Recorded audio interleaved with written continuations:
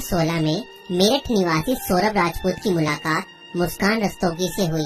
दोनों के बीच प्रेम हुआ और कुछ सालों बाद उन्होंने शादी कर ली। लेकिन यह शादी सौरभ के परिवार को पसंद नहीं आई, क्योंकि मुस्कान एक अलग जाति से थी।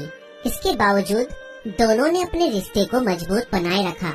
सौरभ मर्चेंट नेवी में जॉब करते थे और लंदन में पोस्टेड थे। शादी के कुछ समय बाद सौरभ लंदन चले गए, जबकि मुस्कान अपनी बेटी के साथ मेरठ में रहने लगी। इस दौरान उनकी जिंदगी में एक तीसरा व्यक्ति साहिल शुक्ला आया, जो मुस्कान को पहले से ही जानता था। सौरभ के लंदन में रहने के कारण मुस्कान की नजदीकियां साहिल से बढ़ने लगी। साहिल, जो पहले से ही मुस्कान को पसंद करता था, अब खुलकर उसके साथ वक्त बिताने लगा। मुस्कान ने उसे यह यकीन दिला दिया कि वह अपने पति के साथ खुश नहीं है और वह साहिल से सच्चा प्यार करती है।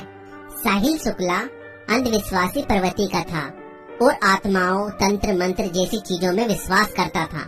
मुस्कान ने इस बात का फायदा उठाते हुए उसके लिए स्नैपचैट पर एक फर्जी अकाउंट बनाया, जिससे वह साहिल शुक्ला की मरी हुई मां के नाम से चैट करती थी। इस फर्जी अकाउंट से वह साहिल को यकीन दिलाने लगी कि उसकी मां की आत्मा मुस्कान को पसंद करती है और चाहती है कि वे दोनों साथ रहें। धीरे धीरे साहिल पूरी तरह से मुस्कान की बातों में फंस गया। मुस्कान ने उसे यह विश्वास दिलाया कि अगर वह उसके पति सौरभ को रास्ते से हटा दे तो वो दोनों एक साथ रह सकते हैं। साहिल अब पूरी तरह से मुस्कान के इशारों पर नाचने लगा था। मुस्कान और साहिल ने मिलकर सौरभ को मारने की साजिश रची। 4 मार्च 2025 को जब सौरभ लंदन से मेरठ अपनी पत्नी और बेटी से मिलने आया, तब मुस्कान ने सौरभ की फेवरेट सब्जी कोफ्तों में बेहोशी की दवाई मिलाकर खिला दी।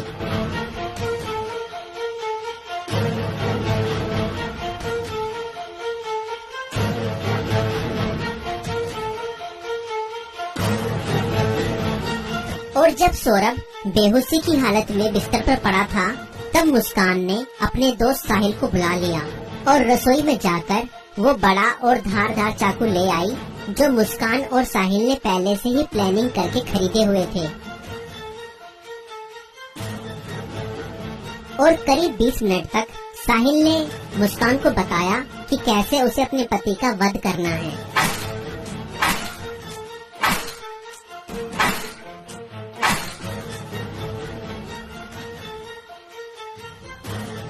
और फिर उसके बाद मुस्कान और साहिल ने सोते हुए सौरभ पर हमला किया और उसके हृदय पर 3 बार वार किए।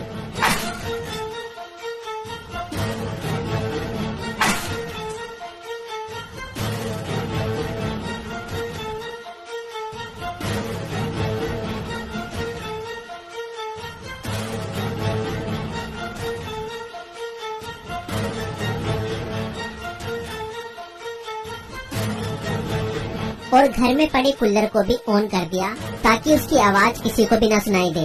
जब उन्होंने सौरभ को खत्म कर दिया, उसके बाद वह उसकी बॉडी को बाथरूम में ले गए।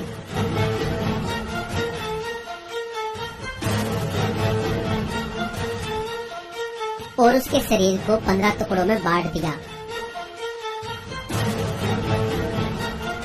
सौरभ को खत्म करने के बाद उन्हें इस बात की चिंता हुई कि अगर सब बरामद हो गया तो पुलिस उन तक जरूर पहुंच जाएगी। इसलिए उन्होंने सबको ठिकाने लगाने की योजना बनाई और मुस्कान बाजार जाकर एक प्लास्टिक का ड्रम खरीद लाई।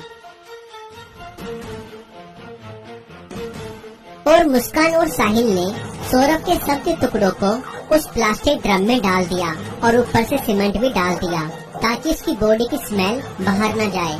और उसके बाद उन्होंने उस ड्रम को घर के एक कोने में रख दिया। इसके बाद मुस्कान और साहिल ने सौरभ के मोबाइल फोन से उसके सोशल मीडिया अकाउंट को एक्टिव रखा। उन्होंने सौरभ के अकाउंट से हिमाचल प्रदेश की शिमला की तस्वीरें और स्टोरीज पोस्ट की ताकि लोगों को लगे कि वह घूमने गया है। उन्होंने उसकी फैमिली और दोस्तों को यह यकीन दिलाने की कोशिश की कि सौरभ जिंदा है और बाहर यात्रा कर रहा है। इस दौरान मुस्कान और साहिल खुद भी शिमला घूमने चले गए ताकि अगर कोई लोकेशन ट्रैक करे तो किसी को शक न हो। लेकिन किसी भी अपराधी की तरह वह भी ज्यादा समय तक बच नहीं पाए।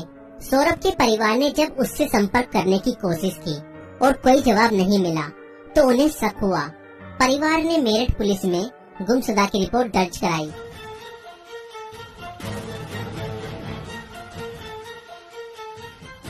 और इसी बीच मुस्कान ने अपने माता पिता को बताया कि शायद सौरभ का मर्डर हुआ है और उसके घर वालों ने ही उसका मर्डर किया है। मगर मुस्कान के पिता ने कहा, नहीं बेटा, किसी के भी घर वाले कितना ही नाराज हो जाएं, तो भी ऐसा कदम अपने बेटे के लिए नहीं उठा सकते। बेटा, मुझे सच सच बताओ, सौरभ कहाँ है? मुझे सच्चाई बताओ, मैं किसी से कुछ नहीं कहूँगा। और तब मुस्कान ने अपने पिता को बताया कि उसने और साहिल ने मिलकर सौरभ को खत्म कर दिया है। और इतना सुनते ही मुस्कान के पिता ने पुलिस को सारी खबर बता दी।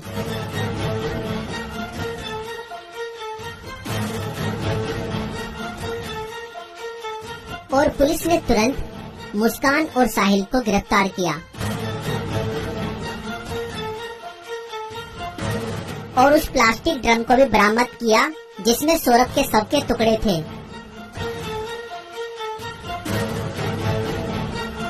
उस प्लास्टिक ड्रम को काटा गया और सौरभ के शरीर के टुकड़ों को बरामद किया गया। इस खौफनाक हत्या मिस्ट्री का अंत पुलिस द्वारा हत्यारों की गिरफ्तारी के साथ हुआ। पुलिस ने मुस्कान और साहिल को गिरफ्तार कर लिया। दोनों पर हत्या, साजिश और सबको छुपाने के गंभीर आरोप लगाए गए। दोस्तों, ये घटना हमें यह सिखाती है कि अंधविश्वास का अंजाम बहुत बुरा और भयानक होता है।